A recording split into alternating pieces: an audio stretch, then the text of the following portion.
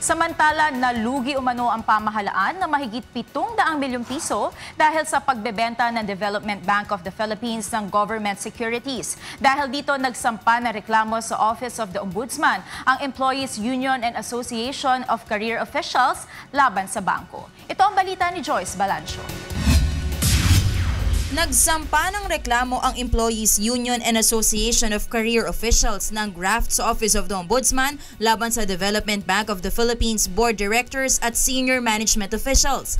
Kaugnay ito ng umanay pagbebenta ng naturang bangko ng government securities sa isang pribadong counterparty na nagresulta sa pagkalugi ng pamahalaan ng mahigit 700 milyong piso.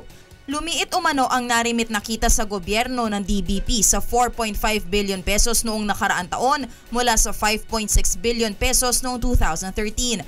Ayon din sa mga nagsampa ng reklamo, base sa mga dokumentong mula sa Commission on Audit, inaprubahan ng DPP Board of Directors at Senior Management Officials ang pagbebenta at pagbili muli ng government securities kahit alam nilang ipinagbabawal ito ng Bangko Sentral ng Pilipinas.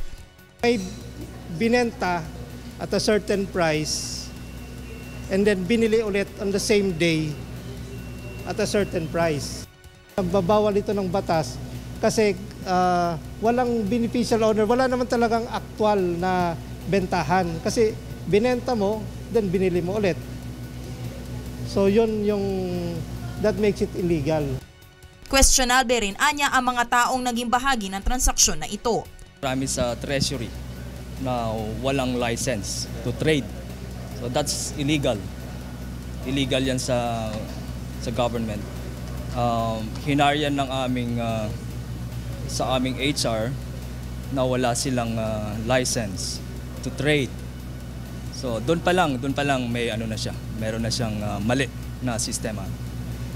Bagaman kulang pa ang mga dokumentong hawak ng grupo upang matukoy ang pangunahing nakinabang, naniniwala silang dapat may managot sa maanomalyang transaksyon na ito. We are asking the Ombudsman to enter into the picture to conduct investigation and to dig deeper kasi alam namin pag may nalugi, may kumita.